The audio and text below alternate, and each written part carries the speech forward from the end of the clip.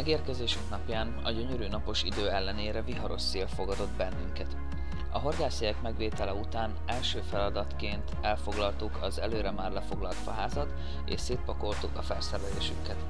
Nálam alapfelszerelés részét képezi egy rotpod, swingerek, elektromos kapásjelző, illetve az elsőfékes orsóim és lágybotjaim.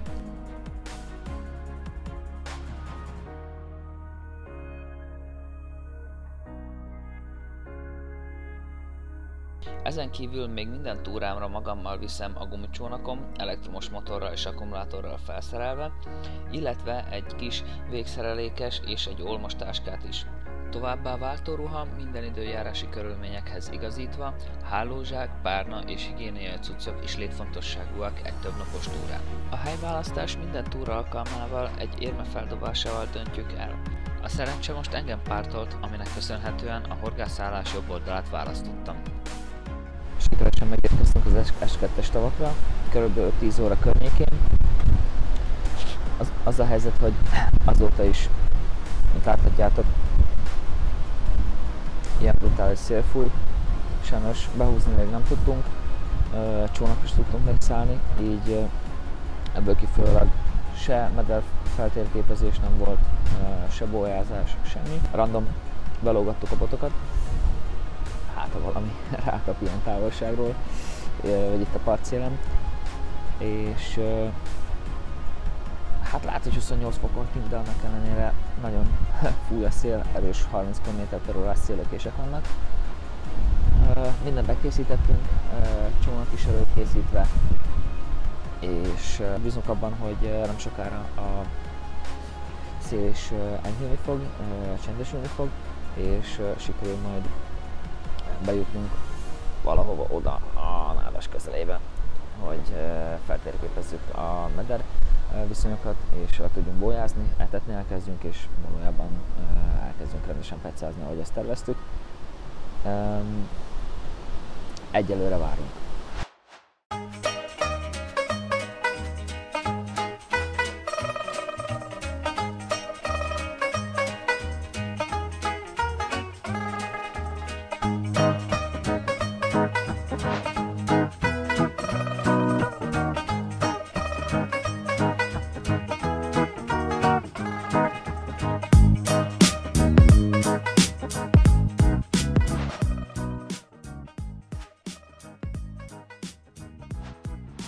A tegnapi nagyon erős szélnek köszönhetően sajnálatos módon nem tudtunk behúzni, nem tudtunk még véletlenül se a vízre menni, és sajnos ez az erős szél, ez a nagyon rossz idő kitartott egész, hát szerintem hajnali 2-3 óráig, így reggel 5 órakor ébredtünk, és szerencsére akkor már tükör sima volt a víz, majd ezt követően be is húztuk a szerelékeket.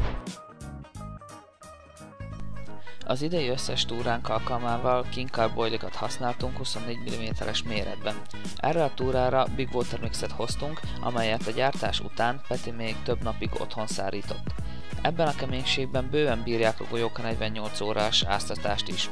A meghorgászott tetetéseket 2 sávba alakítottuk ki, a közelebbi, ahol az első napokban horgáztunk, kb. 80-100 méterre volt a parttól, míg a távolabbi a nátfalhoz közelebb, kb. 290-310 méterre volt. Ezeket az tetetéseket csak 48 óra elteltével horgáztuk meg, így enyhítve a folyamatos nyomást azon a területen. Ahogy eddig minden alkalommal, most is 2 marék golyó alkotta az etetésünket a bolyákkal kijelölt területeken. Az előttünk található keskeny vízterületen nem volt egyszerű elektromos motorral csónakázni a zsinórok között, így a zsinórsüllyesztés és a rotpod magasba állítását is kipróbáltuk, kisebb-nagyobb sikerrel. 15 perc után sikerült fognia egy 10 kg körüli pontyot. Poén az egészben az, hogy a szomszédok már hétfő reggeltől horgásznak, és egy kapásuk sem volt. Mi 15 perc után halat fogtunk. Na mindegy, ehhez több kommentet nem fűznék hozzá.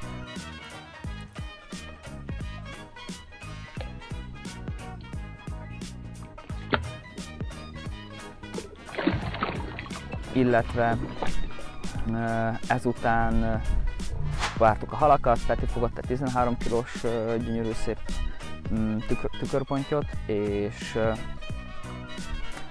volt több halvesztésünk, sajnos eléggé akadós a terület előttünk. Van egy régi bedőlt fa, körülbelül a régi patakmeder mentén, ahol 3-30 méter mély törés található, és ezt a területet horgásztuk meg egyrészt, többször elakadt a szerelék, és hiába mentünk rá csónakkal, de már nem tudtuk a halat, illetve volt, hogy a szerelék is odaveszett.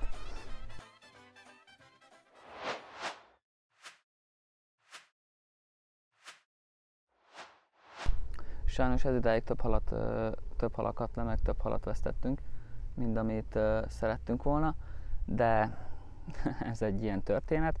Akadós terület van előttünk, ahogy már említettem, így ez eléggé benne van a pakliban. Úgyhogy bizakodva várjuk az éjszakát, és meglátjuk majd, hogy mi lesz az, ami működőképes lesz, illetve működni fog a későbbiekben is.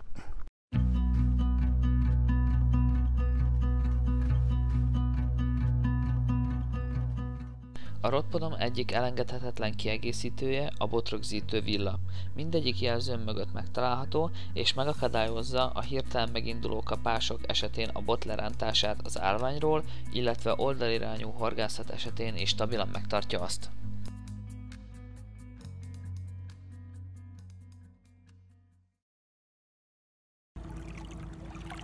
Tehát sikerült újra húznunk ma reggel, mert egész éjszaka nem volt egy kapásunk sem. Úgyhogy úgy döntöttünk, hogy hát több mint 48 óra csilleltetés után ráhúzunk a bombahelyekre. Aztán várjuk a kapást. Legalább kipihentük magunkat elég rendesen, rám fért. De szerintem megreggelizek, és utána még bedobok egy kis szunyát. Denis, szerintem kapásod lesz. Denis.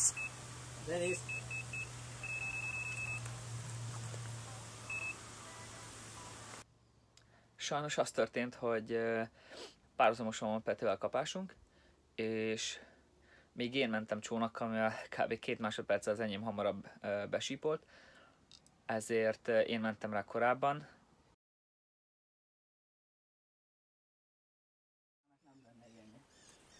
Kapásod van, Denis.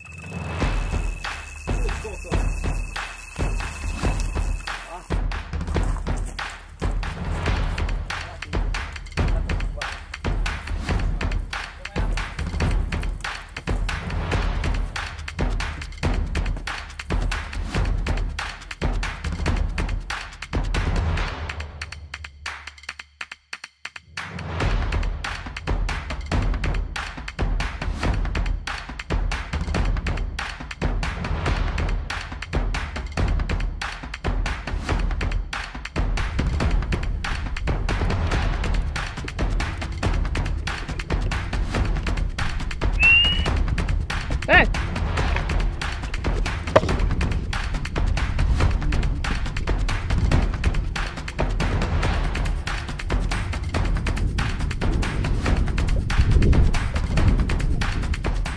Mire kb. 200 méterre értem, a Petinek a legtávolabbi szerelékét a hal áthúzta az én zsinóromon keresztül, és eltartott egy darabig, sikerült ott a tó közepén áthurkolnom a zsinórokat. Húzd! Jó, húzd!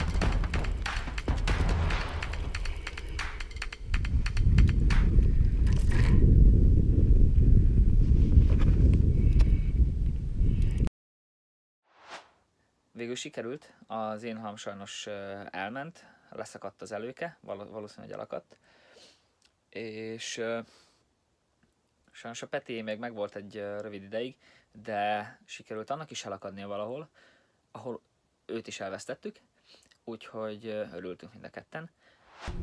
Nem értem, a jobb szélső, de hogy nem rád? Ugye? Mondjuk rá van szakadva nekem is az előtétem, úgyhogy nem tudom. Enyémben mi történhetett ott végül, tudod? Majd 2-3 óra körül volt egyetlen sípolásos kapásom. Semmit nem jelzett azóta, és nemrég a szomszéd átjött, kihozta a szerelékemet, az olmomat és a végszereléket.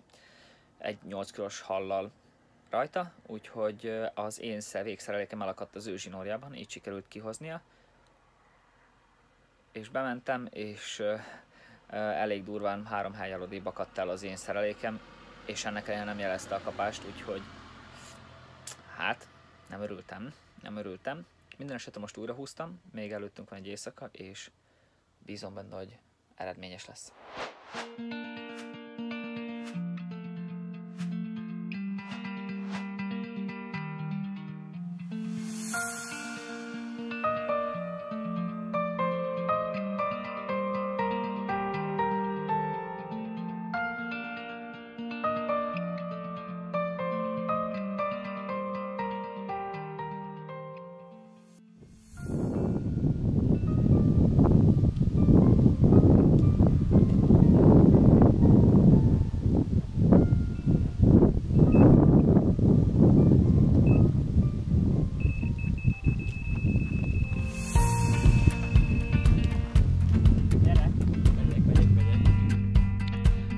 Reagálva azonnal csónakba szálltam, és az etetésem irányába indultam.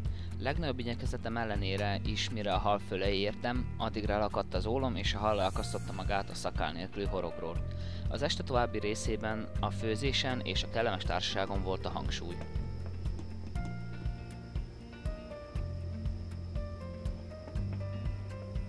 Az éjszaka beköszönte után alig pár órával egy csippanás zavarta meg az esti tóparti élet összhangját. Mint ahogy azt mindig, bot, csónak és irány a víz. Próbáltam a lehető leggyorsabban a hal fölé érni, hogy elkerüljem egy újabb akadás vagy szakadás lehetőségét. A hal fölé érve tudatosult bennem, hogy életem első harcsaját sikerült kifognom. A harcsa körülbelül 1 méter hosszú lehetett, és a sebbfertőtlenítés után azonnal visszanyerte szabadságát.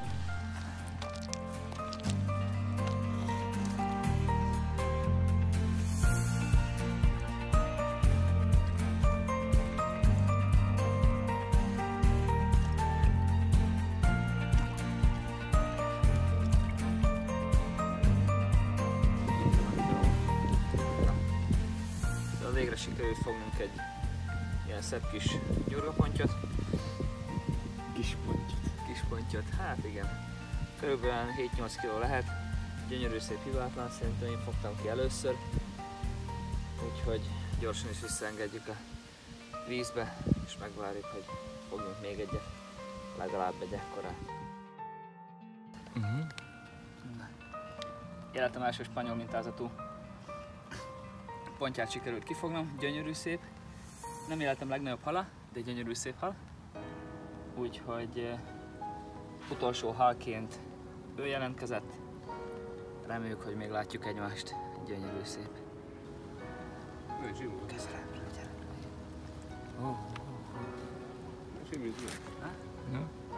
Szép, mosolyog. Na, szupi.